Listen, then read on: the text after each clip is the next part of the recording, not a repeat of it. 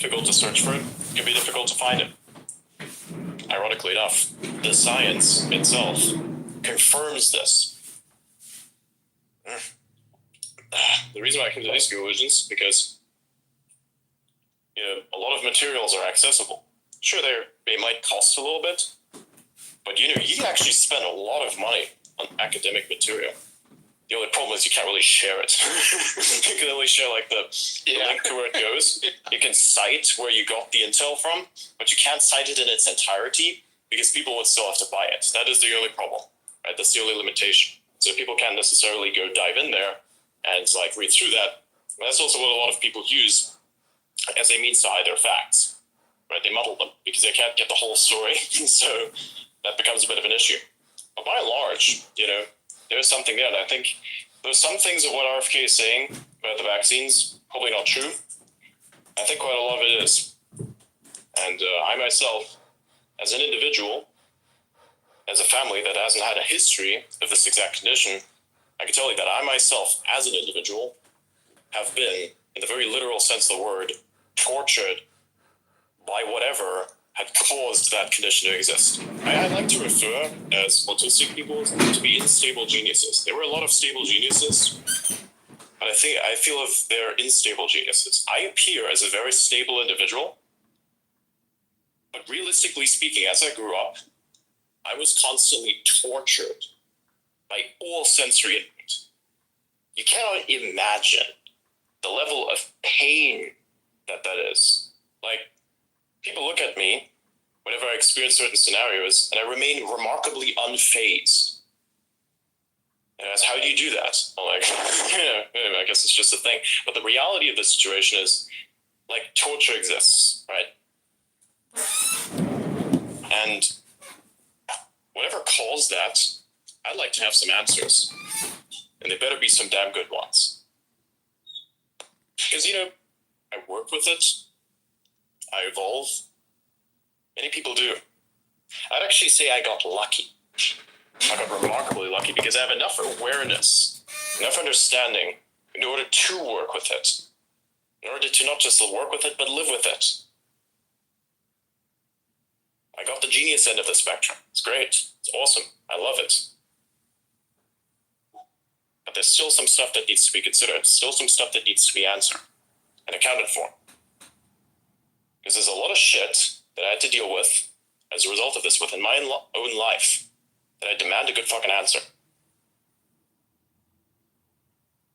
And the majority won't understand this because they simply fall into this loop and they refuse to educate themselves. They refuse to try and understand it.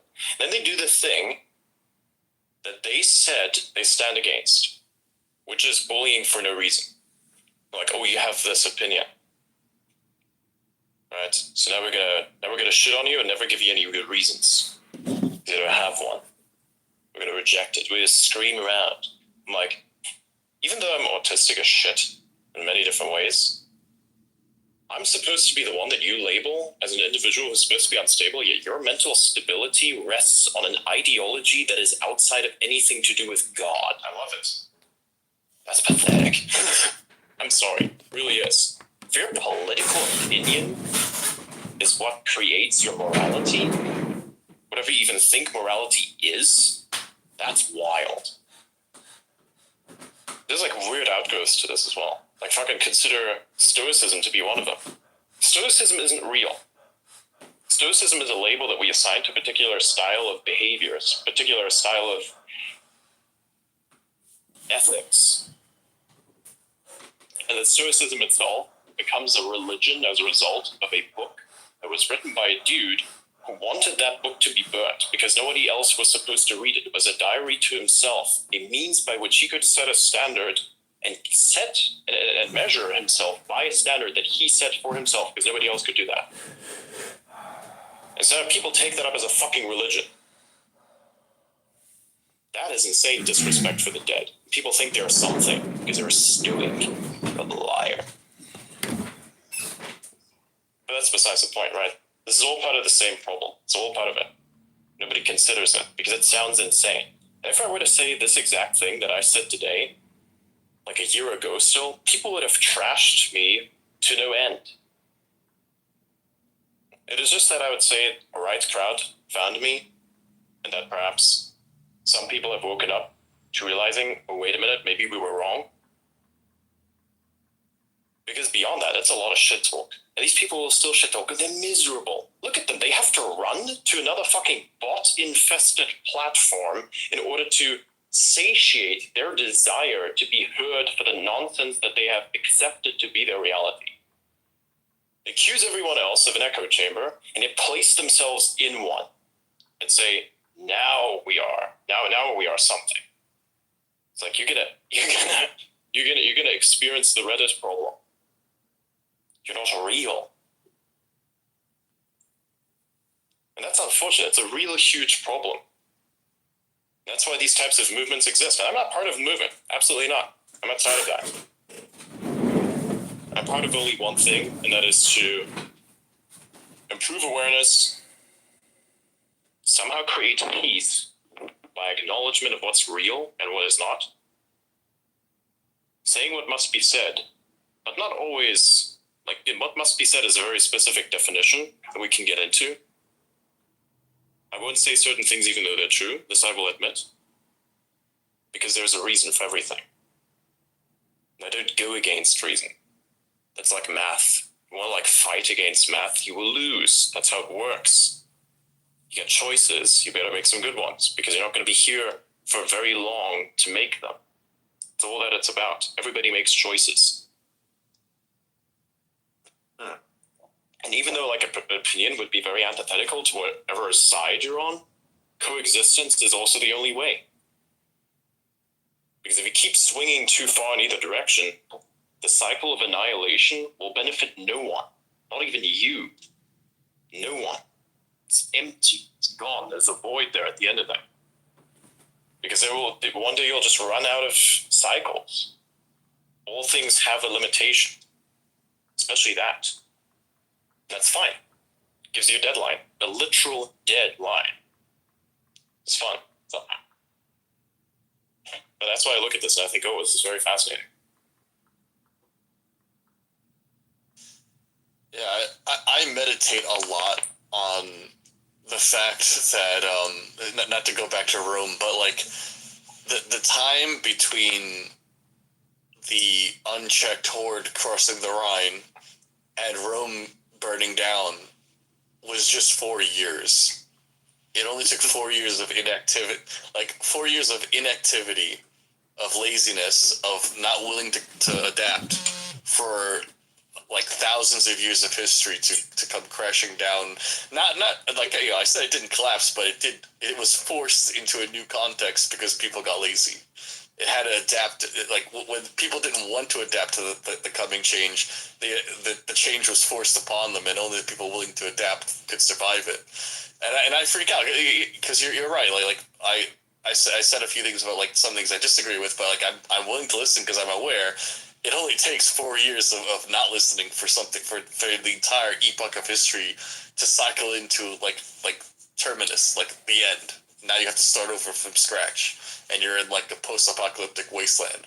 Like that only takes a very short amount of time. And, it was the ancient era. It only took 4 years. For us, it takes like 42 minutes to blow up the world, which is something I meditate on a lot. It would only take 40 minutes to blow up the world with unchecked nuclear warheads or anything else. Like these lazinesses or unwillingnesses to listen and adapt can have huge consequences in less than an hour, and that terrifies me. But it's a constant reminder of like, listen, look around you. Things are falling down around the seams. You have to be willing to listen and adapt, or in under an hour it could all end.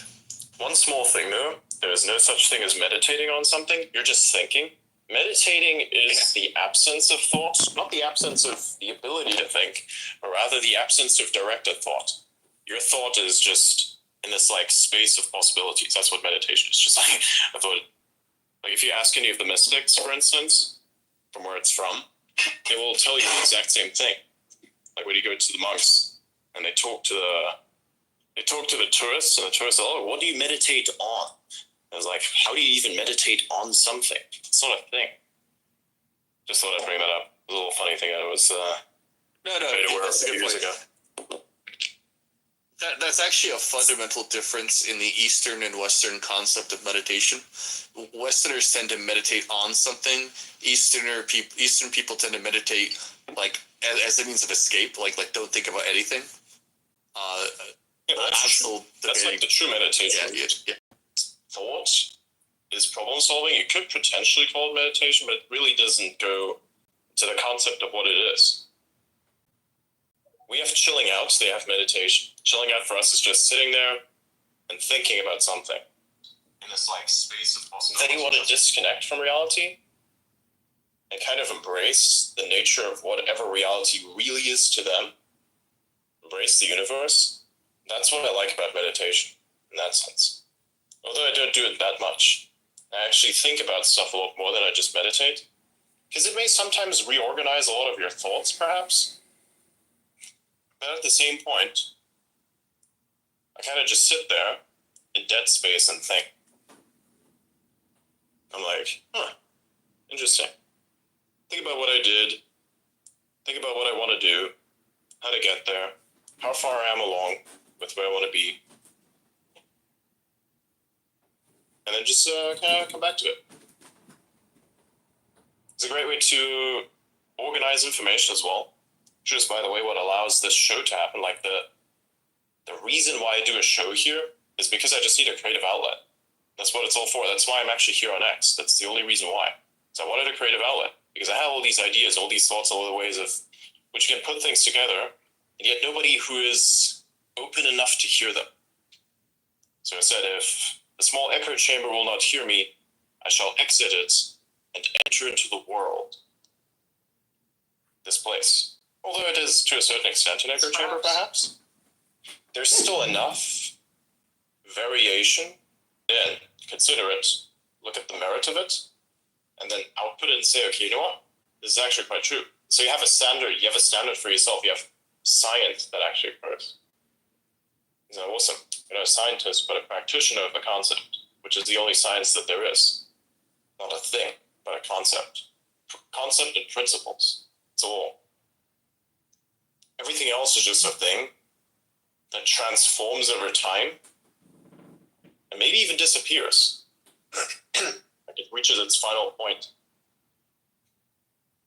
But before that, you just have raw potential. That's all we have. That's great.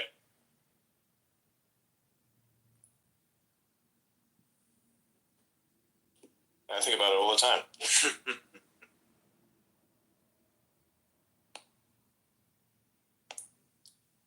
It's actually unfortunate there's some things in this world that cannot be said. But there's so many other things that definitely can and should. And those are the things that I try to say as much as I can. And as well as I can. Because everything else would just scare everyone shitless. And they would have no purpose. It's not my thing to tell. Nor my thing to be asked about. This I will always deny. Maybe even disappears. Any existence predestined. I'll just simply fuck you. I'm not going to talk about this, but we can talk about X, Y, Z. You probably have heard me say that many times. Oh yeah. Like Alex Jones, for instance, like, hey, what can you tell me about this thing over here? I'm like, I don't really know anything about that, but if you talk about this thing, you'd be inclined to do so.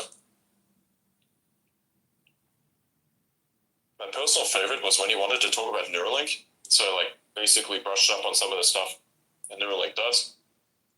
Came into this space where it says, all right, let's talk about SpaceX. I'm like, what the fuck? I was totally unprepared to talk about Neuralink. So that was because of the solar eclipse. That was interesting. It was the first time where I felt as though what I would say next could have actual impact. Because he was asking me this question. I was like, hey, what would you say? I told everyone just enjoy it. Nobody panic. Nobody go crazy. Just enjoy it. I really wanted to show that as much as possible, even cited a historical example of saying, there had always been fears around this in the past, but now we have the ability to understand that we do not actually have to fear this, and that we can enjoy it. And even if you believe that something would potentially happen, the way you describe it would make it as so that there would be no way out of it. So even then, would you still panic? Would you enjoy whatever you had left, even if something were to come to an end? Did you have fun? That's what I left it with. I just said, even if you want to think about something that could be panicking, just don't. Because look, even if you say, hey, everything is going to die on that very same day, what are you going to do? If there really is nothing for you to do, wouldn't you want the last thing you did to be something where you say, yep, I feel like as though I've been accomplished? Think about that, Yeah. Even with the last thing that Alex was like, the last time I was on there, he asked me if I could say one thing to the world. There's only one thing. Don't be afraid. You know the best stuff that has ever happened to anyone? Is when you assess risk and you say, don't be the adrenaline junkie that jumps off this fucking rock into a watery pit. That's not the risk you're after. Stupid. It's reckless. But what if you had a mission in mind? It would actually do tremendous good. What if you wanted to go for that? And that would risk things for you as well. Those things, those moments where you say, yeah, I really don't know what's going to happen next, but I'm going to try this and see how well it works out. I can stop until we've accomplished it. Those moments. The amount of times that I've had the most fun was like, I have no idea how I'm here, but I'm here, so let's see what I can do with this. Those are the best things. And I would have done absolutely none of them if I was afraid. Sure, I was concerned. Sure, I had fear in some way. But you had courage. And that's all that was needed. That's all you'll ever really need. You will hardly ever have assurances. Maybe you'll have some assurances, but reality is so chaotic that even that can be called into question. So at the end of the day, you say, did I do everything right? Was everything okay? Was I reckless? Those things, Never. those moments. You can be concerned. You can be fearful even. But largely be courageous. Recklessness is the end of all reason, all principles, and all sense of self. It is the actual thing that precedes an act that throws away all the good and all the bad and everything that is whatever you want it to be that equates to your life. That's recklessness. It's perhaps. Give an example. So imagine there's a pool, you're on a roof, you're going to jump into the pool and make a big scene. So why not? Water brawl. However, the pool's not deep enough, so you hit your head in it. Now your neck is broken. You were a fit dude that probably could have had their entire life laid out in front of them, paved well, in smooth stones or in perfect tar. And you've thrown that all away with this one reckless act. Why did you do that? So instead of asking yourself, why did you do that after you did it, ask yourself, why should you? When somebody suggests something that's extremely reckless, why should you? Yeah, that's kind of stupid. Well, hey, let's go get super fucking drunk and start driving this car. I'm good. You guys do whatever you do. I'm going to tell you not to do it because it could be dangerous, but I'm going to head this way. I'm probably going to walk home,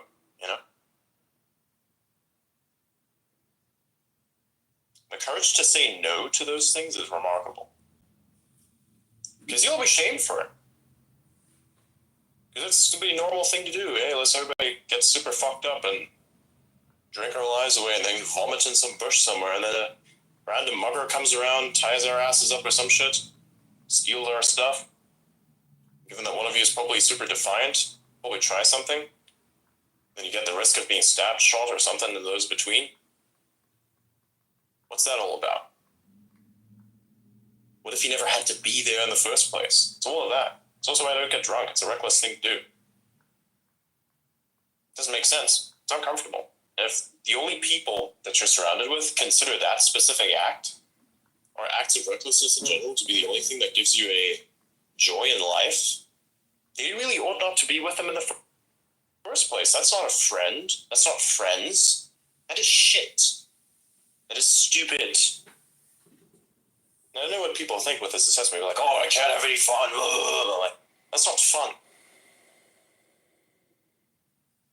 Fun is being able to do something that not just only feels good in the moment, but you look back on it and say, that was a real fucking good idea. Me on a whim going to a random city, then randomly happens to be in contact with a guy that owns a Cybertruck. Now randomly I meet up with this dude, have a steak together, and then fucking do donuts in a parking lot with a Cybertruck. Unplanned. That's fun. You look back on that, and even in your 80s, or like for whatever your age is going to be at, you're going to look back on that and say, that was pretty damn fucking cool. That's what you want.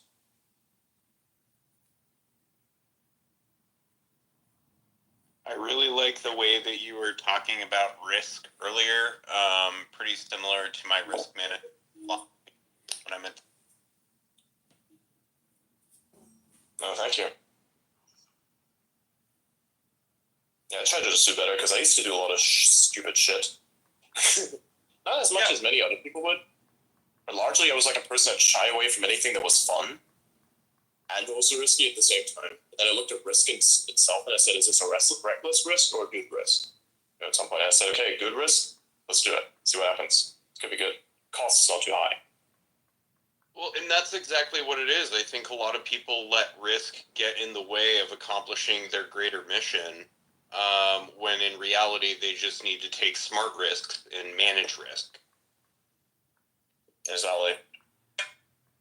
Like, lawyers who tell you no, you can't do that are the worst kind of lawyers. You know what I mean? Well, it depends on the thing that they're not supposed to do, eh?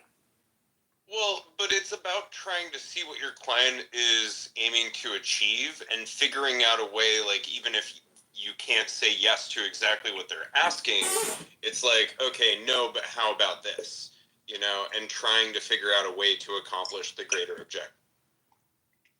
A dance, basically. Very much so. Sometimes it feels like jujitsu. Exactly. But it's a good sparring session. You're not trying to fuck each other up. That's how I see, like, when I get in a ideological fight with some of my friends, I'm like, we're going to spar a little bit here, but we're not going to fuck each other up. I mean, sometimes you kind of need to fuck up an individual intellectually for the greater institutional good, if that makes sense. 100%. That's why I keep trolling people on here, you know? Got that person coming up complaining about his shoes being fucking censored because he keeps engaging with bots. Yeah. Boy, you're gonna get shit on.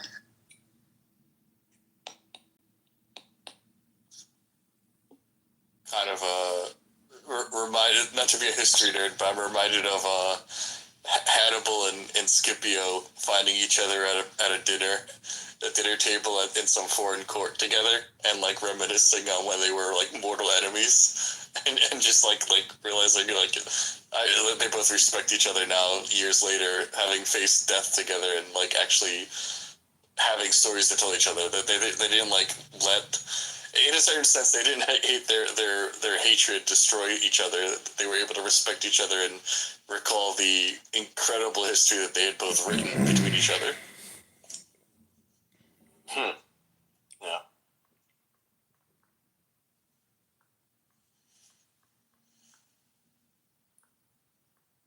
What the hell?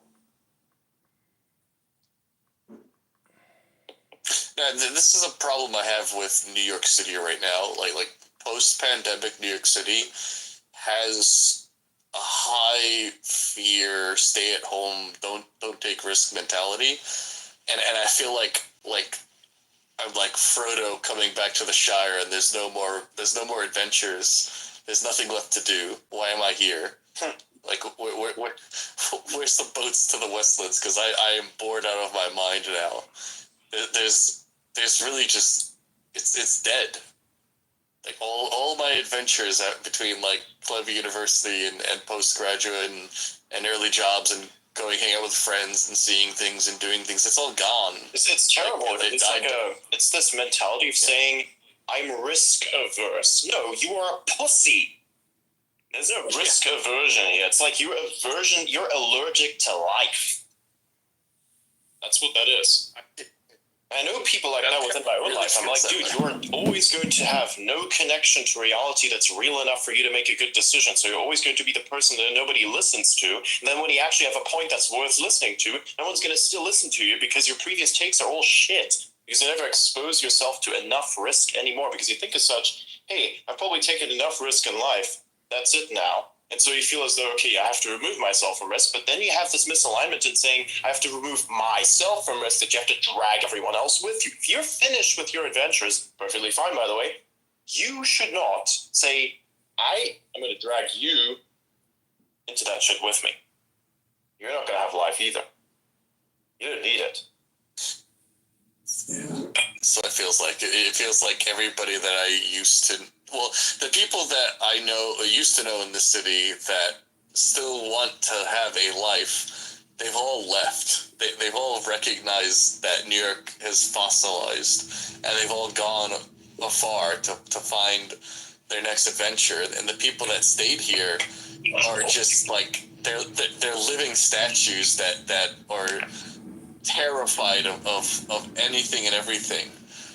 And it's like, well, why am I here? Why shouldn't I do what those people did that left? But like it's home for me. I want to make the Shire adventurous again, but nobody wants to. It sucks.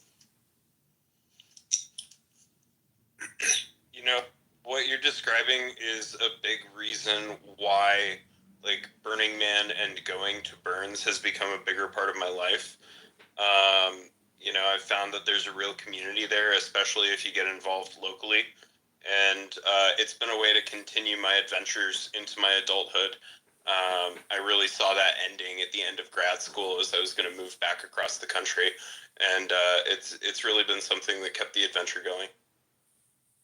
Yeah, I spent half a year in Belgium during the pandemic time when I saw this happening. I spent half a year in Belgium. I went on a month-long hiking trip in Scotland. I did a lot of things, and like it kind of made me realize that it's not me that's like weirdly still adventurous despite everything. It's actually just New York that's died. Everyone else in the world kind of seems to still want that adventure, that that sense of life and exploration and discovering the world. It's really just New York that's died, not me going crazy. And now I'm starting to wonder if I should really stay amongst all these living statues, or if I should go like recognize that this place has died and leave it to its tomb.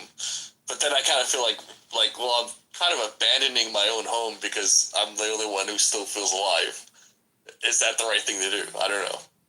I mean, my personal experience with New York is that it feels like a husk. Like, it feels like it is the shell of something that used to be great. I would go to where... Upset. Go on. I said I would go to where smart weirdos are at. Like, I mean, pick a place that aligns with your politics or your tax preferences, whatever. But find places that have vibrant arts and intellectual communities. I mean, that's where you're going to find your kind of people, I think. Yeah.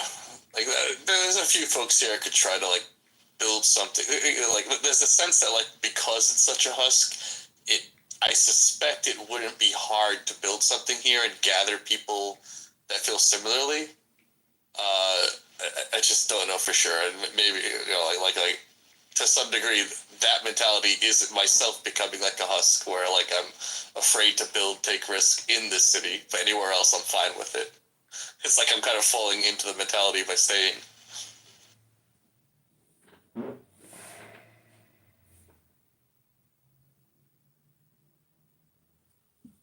I've found in my life that making big moves has been a great way to like reset and kind of force yourself into new adventure.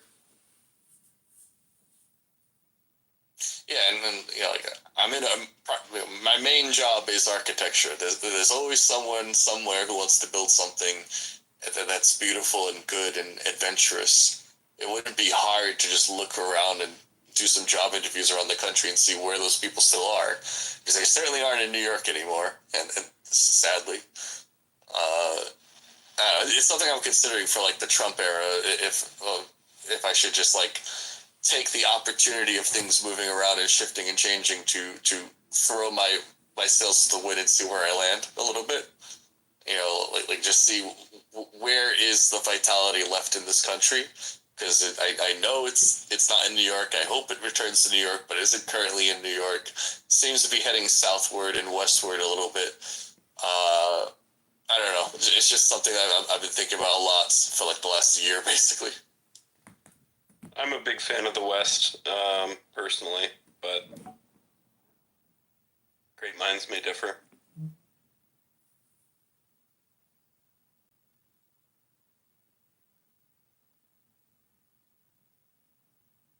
Well, one of the things I might end up doing in the next 6 months is probably doing a volunteer service somewhere in the hurricane damaged areas, just to kind of see what I can do to like do something positive in the world. I don't know. Like, I hear good things about the South, whereas the West still has a lot of life in it. It still has a lot of vitality. It's just it's getting harder, if you will. I don't know. Most of my friends in New York City that I had before the pandemic, almost all of them moved to Tennessee for some reason. I don't know why. I don't know what's happening in Tennessee, but a lot of them moved to Tennessee. And I'd be curious to see why they chose there for some reason.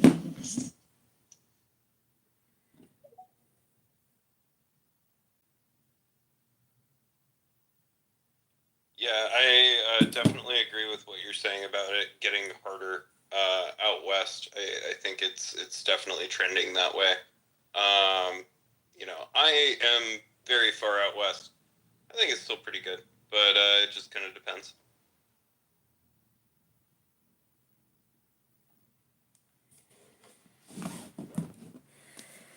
Yeah. The thing about architecture also is when I've done all my mandatory hours to get an architectural license. I just have to take the exams.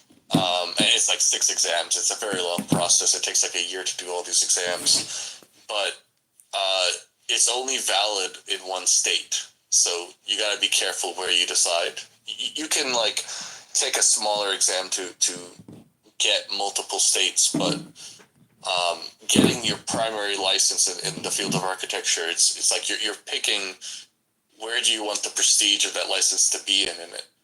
I kind of want it to be New York, and then like reciprocate it into like places like New Jersey or Virginia where there's still a lot of good architecture going on. So that would require I stay in New York until that license is accomplished. And after I get the license, I don't really give a shit. I can like make pretty homes for my friends while I do something more passionate. Like I really like making video games. I really like coding. I really like biohacking. Those are the things I kind of want to spend my time in. And then like the actual architectural license itself is just my friends want me to design their house, but I'm not licensed, so let me just do that for like a little. It's like the thing about architecture is that once you get licensed, you're kind of also in the process of flipping it from a primary job to a pastime. It's kind of weird. It's like people who get licensed in architecture and usually end up doing that as if they don't found their own firm, they usually tend to use it as a pastime. Like they have friends that want their homes designed and approved, basically. And historically, that makes more sense because people didn't used to do architecture primarily. It was usually like this like aristocratic little label you got to like serve your governor or something. I don't know.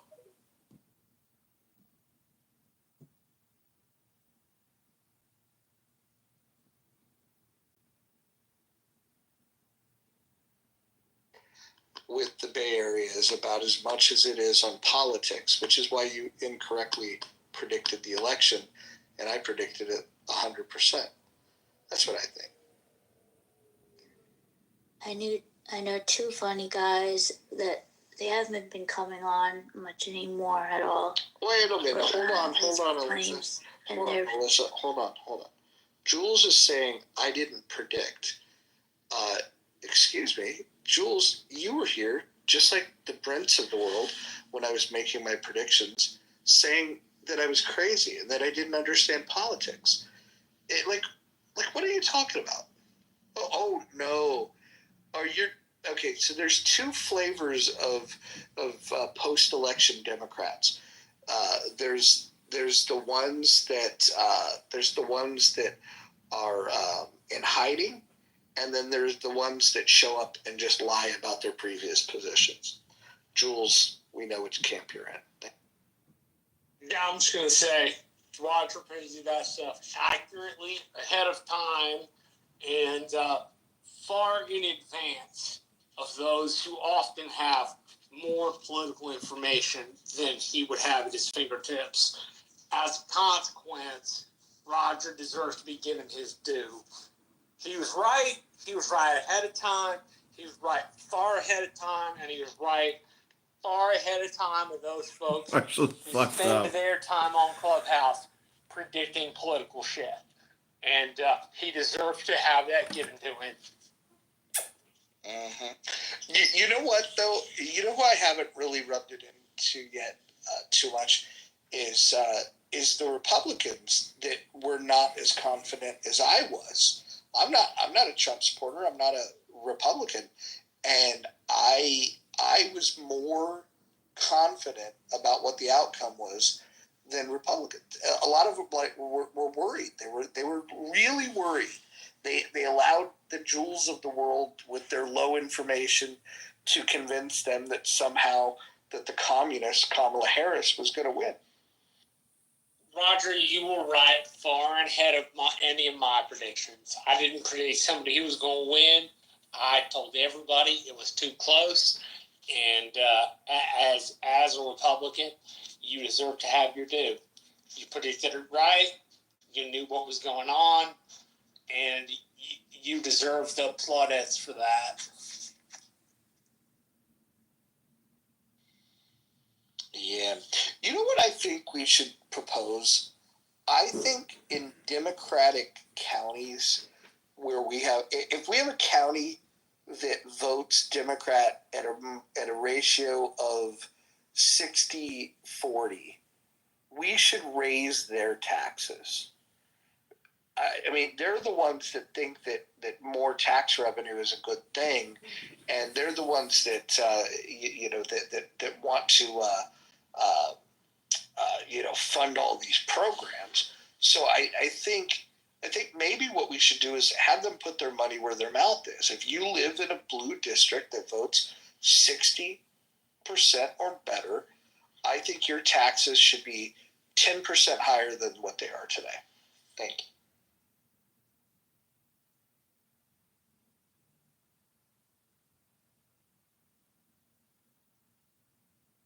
That's kind of already the case in a lot of, if you look at California, and yeah, some of these other states, I think that's already true. Maybe not Washington State. Washington State has no state income tax. Jules says Trump already screwed us with taxes. Actually, the Trump tax cuts were pretty good. The problem was they didn't go far enough. Until we all get the same tax rate that Trump has, then his tax rates will never be good enough for me. I think we should all pay the 4% that he was.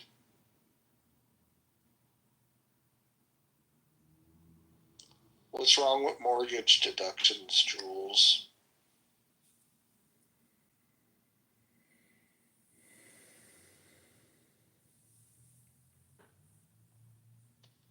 possible that Jules is actually Brent on a burner account? Just possible. Maybe. But Brent is far worse than Jules could ever be. Brent would say no to an obvious tax deal because he would think that it would benefit the rich folks and not any of the folks that he knew. Brent would say no to a good idea if it walked up and smacked him in the face, essentially. Well, yeah, and then he would deny ever saying it. He's actually regressed. Like, he was bad before, now he's worse. Like this whole thing about not owning up to what he's previously said, like the blue wall holding, for example. Dude, it's gotten much worse. Like, I have become more irritated with Brent and less irritated with Brent over time. And that's because Brent will not admit where he fucked up. And, he is incapable of admitting he was wrong. And, I've been wrong more than once, and I've admitted it to people. I don't understand why Brent can't do the same damn thing. It's really not that fucking hard.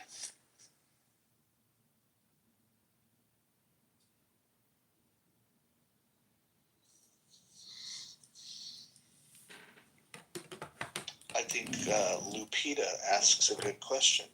Jules, are you Brent?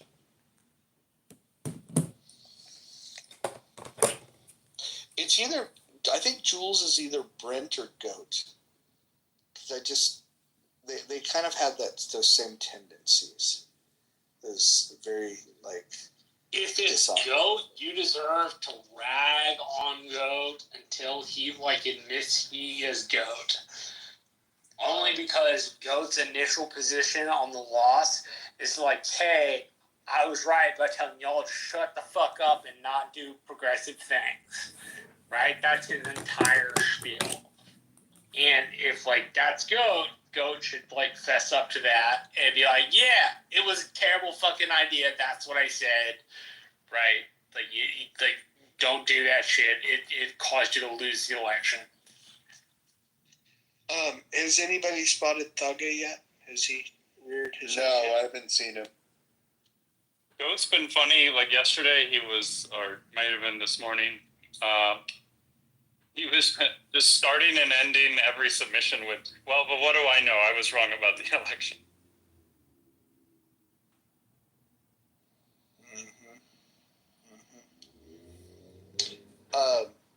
Otis, Hurricane Otis, came through one day. He didn't typically come through these rooms anymore, but he came through, and I actually felt like he had a decent unpacking of part of it.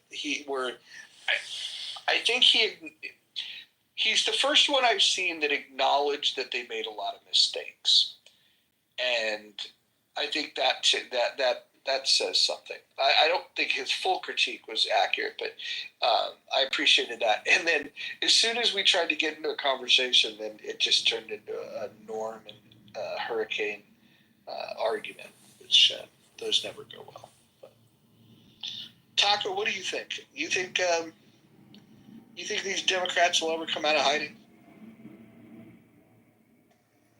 I don't know what that means, really. I've seen some headlines where people have said that certain moderate Democrats have said something along the lines of, "I don't want to be the party of freaks." I've always said that the Democrats have been a mixed bag of association, and as they try to just use identity politics to pull everyone in, they realize some of these people don't associate with their other groups that they want to so much champion. So, I don't know. I think that there is a very deranged element in the Democrats that are not aligned with general American values. And I don't think those people, I think you say, will they ever come out? They've been out. Maybe they'll hide for a bit, enough to gain power, and then they'll come out again. But they're just ridiculous. They disregard normal fiscal policy, want to fucking scoff at everything that seems reasonable to try to make things normal. You know, like they live in this. I mean, from my political science class, I learned that the leftists are idealists. That's not reasonable, and rightists are just pragmatic. So I don't know. I don't fucking know. You gotta watch out.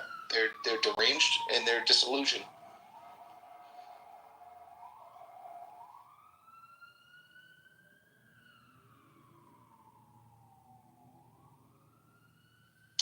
Let me ask you this: if the left came to the table and said, "Hey, look, we're willing to give you one issue, whatever you pick, the one issue that you want, that you feel the most strongly about, that's the most important to you, we'll give it to you, but you have to give us something that we want and give it to us completely." Do you think that there's that level of? Do you think we could have that kind of compromise? Like, for example, if somebody was to come to me and said, "Hey, we're going to back off any attack on the Second Amendment. You know, no attacks whatsoever at the state and federal level. You know, have your guns. We'll leave it alone. We'll drop it. We'll never talk about it again." I would say, "Wow, that's really compelling. What do you want from me?" And then if they were to say, "Okay, well, we want permission to murder our babies," I would dude, I'd spit in my palm and shake on it. I'd be like, "All right, it's a fucking deal." But yeah, I don't think that's easy. It's sorry to interrupt you, Elizabeth. I thought the question was directed at me. I would say, give us immigration, and we'll give you abortion. And I think that strategically dive into the works shadows out best. with us as we explore the life of Aleister Crowley.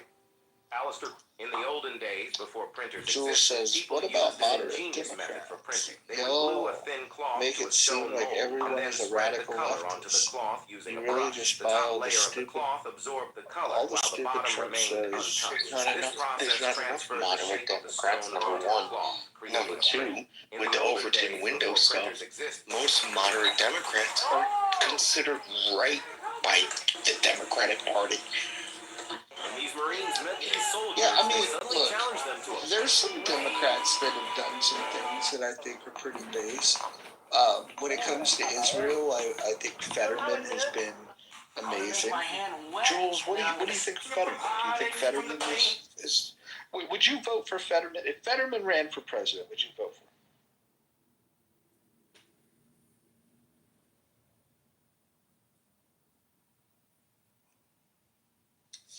Since he's not answering, I don't know enough about Fetterman to even consider it. I feel like Fetterman's one of those guys that had like a good stroke. Like he had a stroke and everyone And then major depression, supposedly, which is why he gets doors. Hold on. Why are you interrupting? Listen, I feel like he had the kind of stroke that put a lesion in the proper place of his brain that caused him to think better. Because everything that Fetterman's done post-stroke has been an improvement. Is it perfect? No, he's a politician. But I feel like he's a better man ever since his stroke.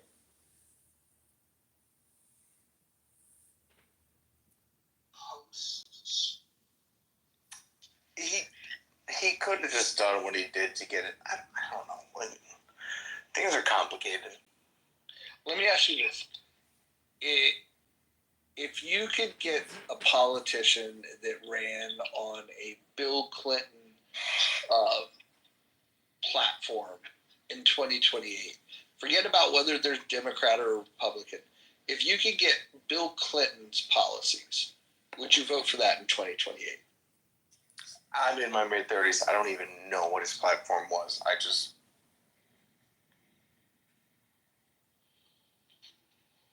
You're doing Look, if getting your my kid drunk. apologies, yeah. Drunk? What are you talking about? She's slurring her words. She's From bumping. New York, look at Rachel Torres. She's been the voice of reason in the Democratic. We should how to manage AI. We have the big man up on top of the billionaire. Jules said, and maybe you ought to have one, Raj. I think she's referring to a stroke. She wants me to have a stroke. Jules wants me to have a stroke. Amazing. A good stroke. It's probably what Oh, so I can get the lesions to help cure my brain. Welcome to the great Stephen Bader. How are you doing, sir? Thank you, sir. Doing well.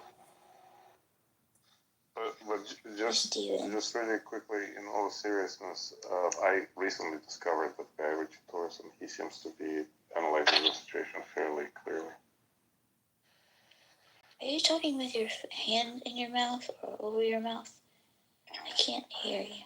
Are you listening with your You fingers? really could have. The fact that you said ham is very, very PG. Well, it does sound like that. Right.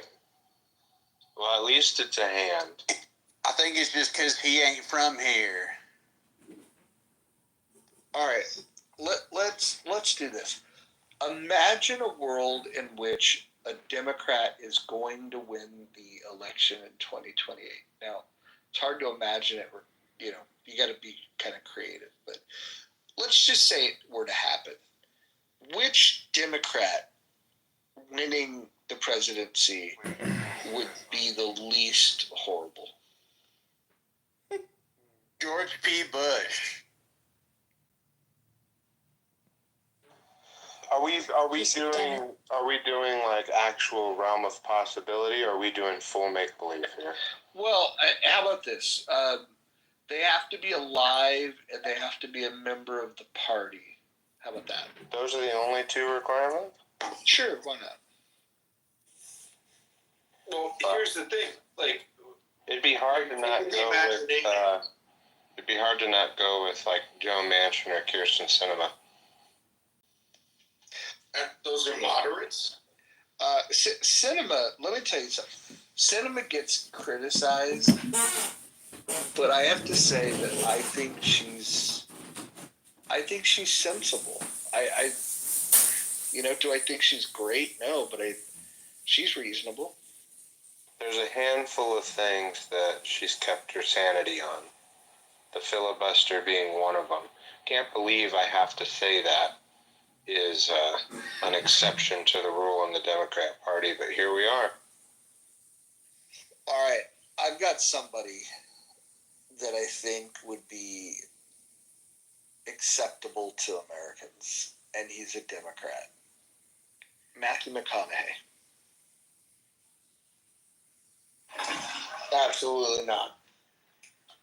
He's a dumb. Yeah, unfortunately he is. He doesn't shower. He smells. Well, that's okay. You don't have to lick him. Have you ever gotten that close to him? I have. Hope, let's hear more about you and Matthew McConaughey. There is nothing about me and him, but I've gotten close to him because I work in film, so obviously I have had contact with him. Okay, so what if the ticket was Matthew McConaughey and Mark Cuban? Oh, God, the cringe. Mark Cuban's literally more moderate than a lot of Dems. He manages to be more cringe. So, look, God, he doesn't realize it how badly he gets owned on X, but I think if you were to sit down with him in a boardroom, I think he'd be more reasonable. But if that was, I'm just saying, in comparison to Biden, Harris, Hillary, when you think of the others, wouldn't that be a decent ticket? For Democrats, McConaughey, Cuban. I think that's the ticket for them. I would pick that before the other old ones, because I mean, the Clintons and Gore, they practice witchcraft. If anyone looks into it, it's not kind of scary. Y'all, And how they kick their cabinet.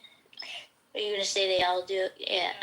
I was gonna say, do y'all think that Caroline's son is ever going to run for office? Caroline Kennedy. He's kind of seems to be getting into it. Again, he looks exactly like John John.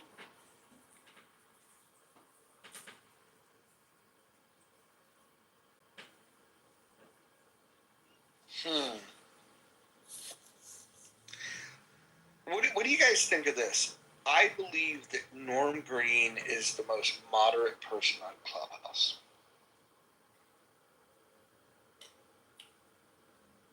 I don't know, man. I think he just wants to come off that way, but inside, I think he's more blue than he just wants to give off. I think he's very diplomatic on here. Do you guys want to hear a funny story about Norm and Clubhouse? Sure, go for it. So I was at a screening last week or the week before. We watched the movie, the film ended, there was a Q&A, and someone asked a question, and I was like, oh my god, am I in Clubhouse? This sounds like Norm. And it ended up being Norm. And I recognized him from his voice.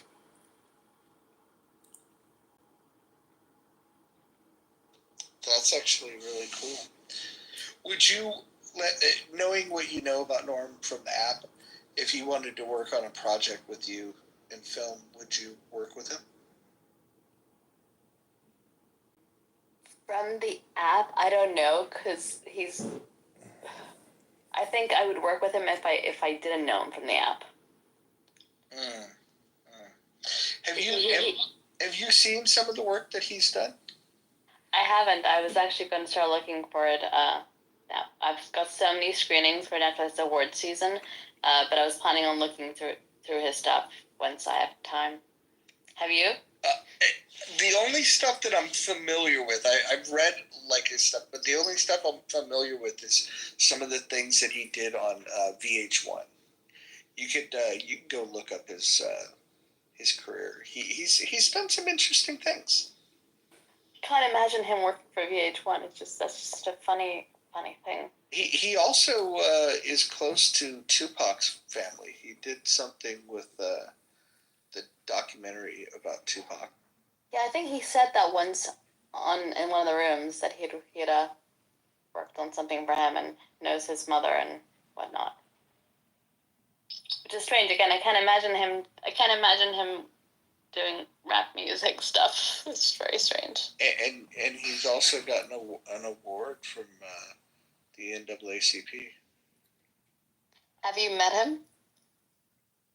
In person, no, but we talk offline quite a bit.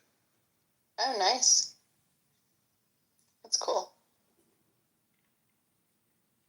Yeah, he's a cool guy. It's funny. His persona on this app, if people find themselves on the receiving end of him interrupting, they might think of him a particular way. But I would highly encourage people to go to his Instagram page and just look at the story that he tells there, where he's a family guy and the relationship that he has with his son. I think Norm is one of the best people on this app, and it's unfortunate that people will form their opinions about him based on when he's in a debate and he interrupts people. It is annoying, and I've told him this, but I don't think that changes the fact that he's a great. He's very different in non-political rooms than political rooms. But he's come into some of our rooms that are not based on politics. He's very different. To be fair, all I've ever heard of Norm, he's like a maniac. I get he defends his position, but when he gets going, he's fucking on. He's full throttle. So You know what he is? He's a fucking relentless counterpuncher. If you look at the people that he really gets into it with, and like he has his little feuds, people will take swings at him, and then they freak out when he hits back. And by the way, like Norm's no little dude. He's a big dude. Like half these people that talk shit, even though Norm might be like a little older than some of these cats, Norm would beat the fucking living piss out of most of the people he argues with. But he's also a gentle gent.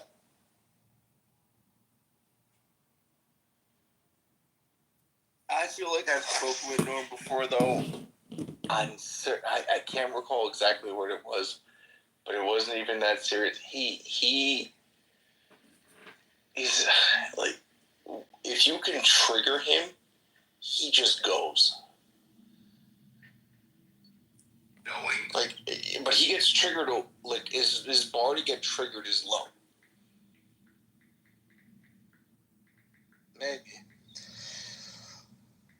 Like, look, the bar to trigger me, is a moving target. There's some days where people can talk all kinds of shit and I just don't react to it. And then there's other days that it doesn't take much at all and I'm just like, what the fuck? So, I don't know. People like to talk shit. This is the thing about this app. People love to talk shit, but they don't love it when people talk shit back. And I don't know. Maybe we just need to get better at taking abuse rather than complaining about it.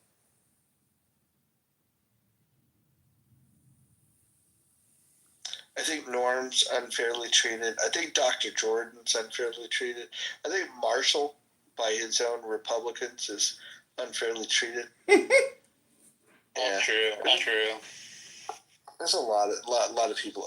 Monica, unfairly treated. That's a controversial one, but unfairly treated. Yeah, that's a hot take. I mean, some of those people kind of ask for. I mean, they're unfairly treated, but they kind of ask for it. Well, but ask for what exactly? Like, I mean, well, Norm invites a response. I mean, I love Norm. I talk to him offline. I do think he has a great persona, but he, like, when he keeps doing his, like, okay, we'll take it 1 point at a time, and then filibusters, he's kind of asking for it. I mean, look. And I think he'd admit that. Just because Dr. J knows every stripper and every female fucking wrestler in all of Los Angeles does not give all of the women on this app an open invitation to throw all the shade at him that they do. No, Dr. Jordan's also a great guy, but he kind of asks for it. Monica definitely trolls until she gets it back. Sorry, I missed the conversation. What were you guys saying?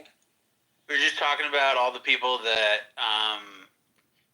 kind of get the business too much from people. LA, right? Well, I mean, the people that don't like me, I mean... All the Jewesses, of course. All the Jewesses. Most people in my shoes wouldn't care at all, but, like, if an insect were to insult me, I get offended. It's just my sensitivity. It's not that I really care about what those people think. I just hate I get triggered, you know? But, you know, also another thing about Norm is he was very much different in the beginning. Like, I used to go with him to the CRT rooms, and we used to, like, debate people.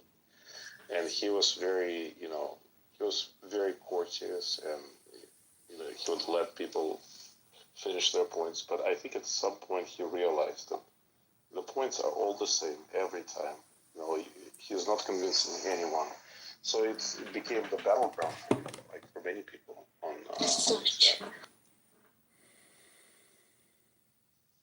I mean, to a certain extent, like, you need to basically just pick your battles. He just got tired of picking them. He just kind of treats everybody in the same manner. So who which is also a way. Who on this app do you think gets treated like shit, rightfully so? Rightfully so. Like Aaron, Thaga, and Aaron. Yeah, I mean those are like the shill. characters. Or Pepe.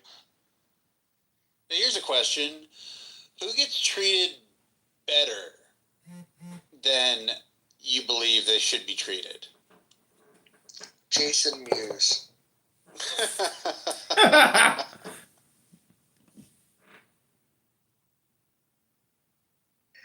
You know what?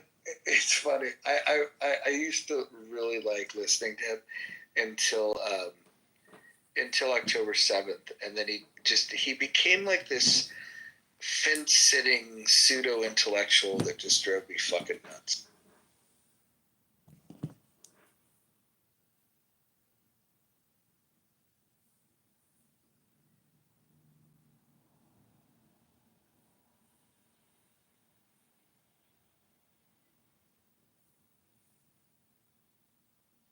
Who's gun obsessed, Jules?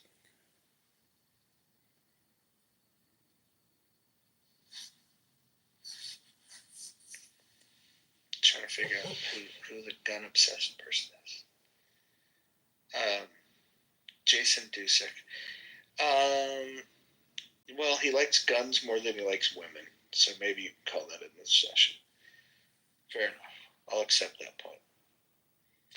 What about him? He's treated better than he should be. Is that the point? I don't know. I think Jason is misunderstood. He's definitely weird as fuck, but he's always polite and he's easy. Like, he has some interesting opinions, but I don't think he should be treated poorly. Oh no, we got the Jasons confused. I was talking about Jason Mewes. Jason Mewes and his flat Earth rooms. I don't know. I'm friends with Jason. I think he's awesome, and he's one of the few people who actually maintains more or less middle of the road, moderate view and criticizes both sides. And he opens rooms. I mean, it's hard to knock a person that kind of carries a bit of a crowd, you know. Not to say that, you know, like, I don't agree with what you're saying, but I give a lot of appreciation to those who kind of carry a crowd that's not like absolutely a dumpster fire to walk into, to listen to every time. Again, all that stuff is fair, but I think that when I heard him curate stages around October 7th, I think he lost his mind. I think he became a midwit. Like, I don't think taking this position of like, ooh, there's good over here and there's bad over, like, it's like, whatever, dude. Like, I don't think he knows a lot about the issue at all. I don't think he cares to study it, and I think he just wanted to play the middle because he felt that was a safer play. And like, I think that when he asks his questions and pretends to be like a critical thinker, like, half the time he's just trying to like not upset, you know, too many people. Like, so he's kind of going to do the middle of the road thing. I don't know. The fence sitters on October 7th drive me fucking nuts. Like, I would rather know where you fucking stand. I don't want fucking allies that are, you know, showing sympathy for the devil because fucking they think that it makes them intellectually, I don't know, somehow more in tune. I just don't buy it. I think when it came to that issue, he exposed a side of himself that, to me, I think he's full of shit. There's a difference between I don't know a if critical he's a thinker friends. and a pseudo-critical thinker. I wouldn't call him a pseudo. I think he's an actual critical thinker, one of the few. But I don't think he is on the fence for the October attack. I think he was just trying to let both sides kind of give stage to both sides and have them speak. It happens, like, and there are some fair criticisms that can be, you know, directed towards Bibi and his government and Israelis themselves. Even, you know, the most, you know, hardcore Zionists, they, you know, accept that and acknowledge that I don't think there's anything wrong with that. Yeah, I don't know. I think that issue he really missed the mark on. That's my opinion.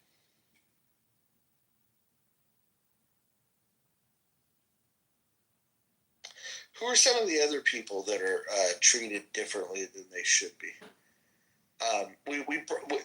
Anne, I think, is somebody that in season 1 deserved all the criticism that she got. But I think now she's actually one of the more pleasant people on the app.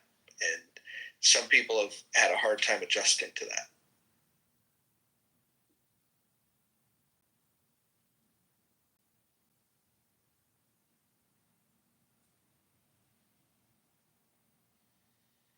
Dr. Jordan, who's your arch nemesis out of all the Yentas? Gotta be this guy. Who's the one that drives you the craziest? Who's my arch nemesis? Yeah. Which Yenta drives you the craziest? Oh, it's not. I don't have a female nemesis these days. Probably more of a male nemesis. Edmund? Who'd you say? Edmund? Well, I don't know if I even call him a nemesis. He's a nut job. So who's your nemesis? Cindy Stumpo? Your man is so funny. Sorry, I muted. I have a number of haters out there, among them the I almost said XX chromosome, XY chromosome, XY, XX. Cindy's a sweetheart. Who? I like Cindy. Cindy Stumpo, your arch nemesis. Oh no, she's not my nemesis, but I think she's definitely over the top. She's definitely over the top. All right, so Dr. Jordan, when you think of somebody on this app that was born on third base, who would that be?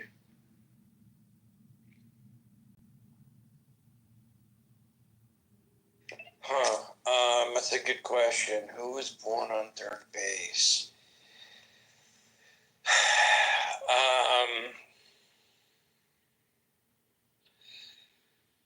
God, I don't know. I can't think of anyone on the app who was born on third base necessarily. Oh, I do know someone, but I can't mention their name.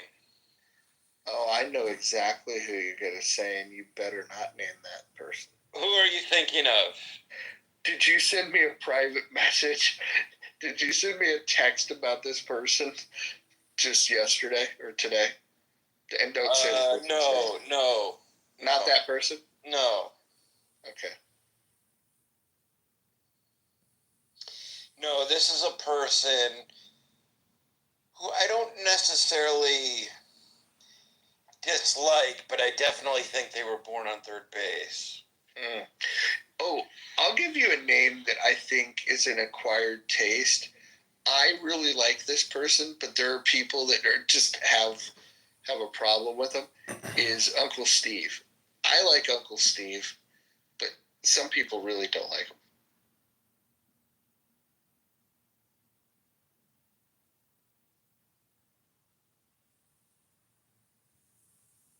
I haven't seen him in a while. Oh, he's been around. He's around. He opens his rooms. I think the thing that he does with that whole AM radio voice, people either dig it or they don't dig it. You know, some people find it off-putting. I like it. I think his presentation is good. I think he gets sometimes on his high horse of I'm speaking in truth, and he fairly often gets knocked off that horse too.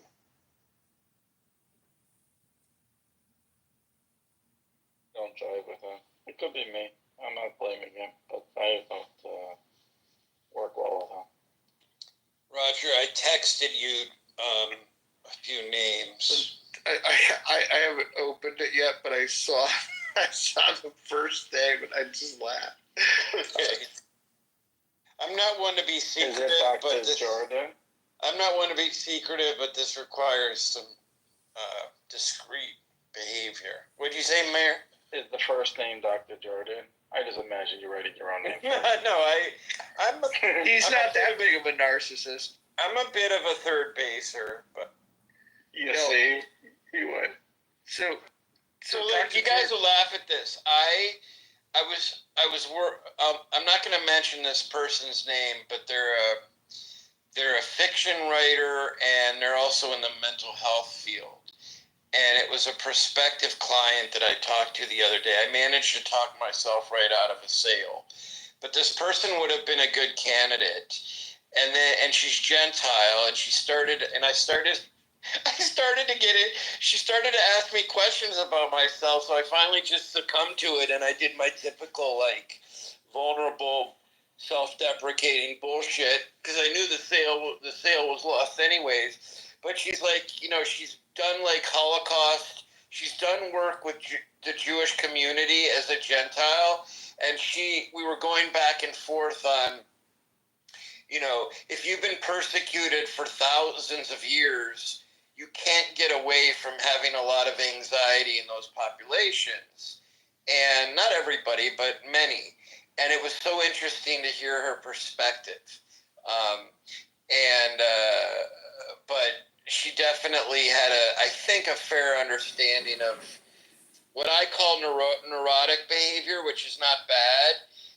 There's a survivalist mentality. Like, anxiety makes you a bit of a survivalist, right? If you're fearing that something bad is going to happen, you take precautions, and that's one of the reasons why we've been such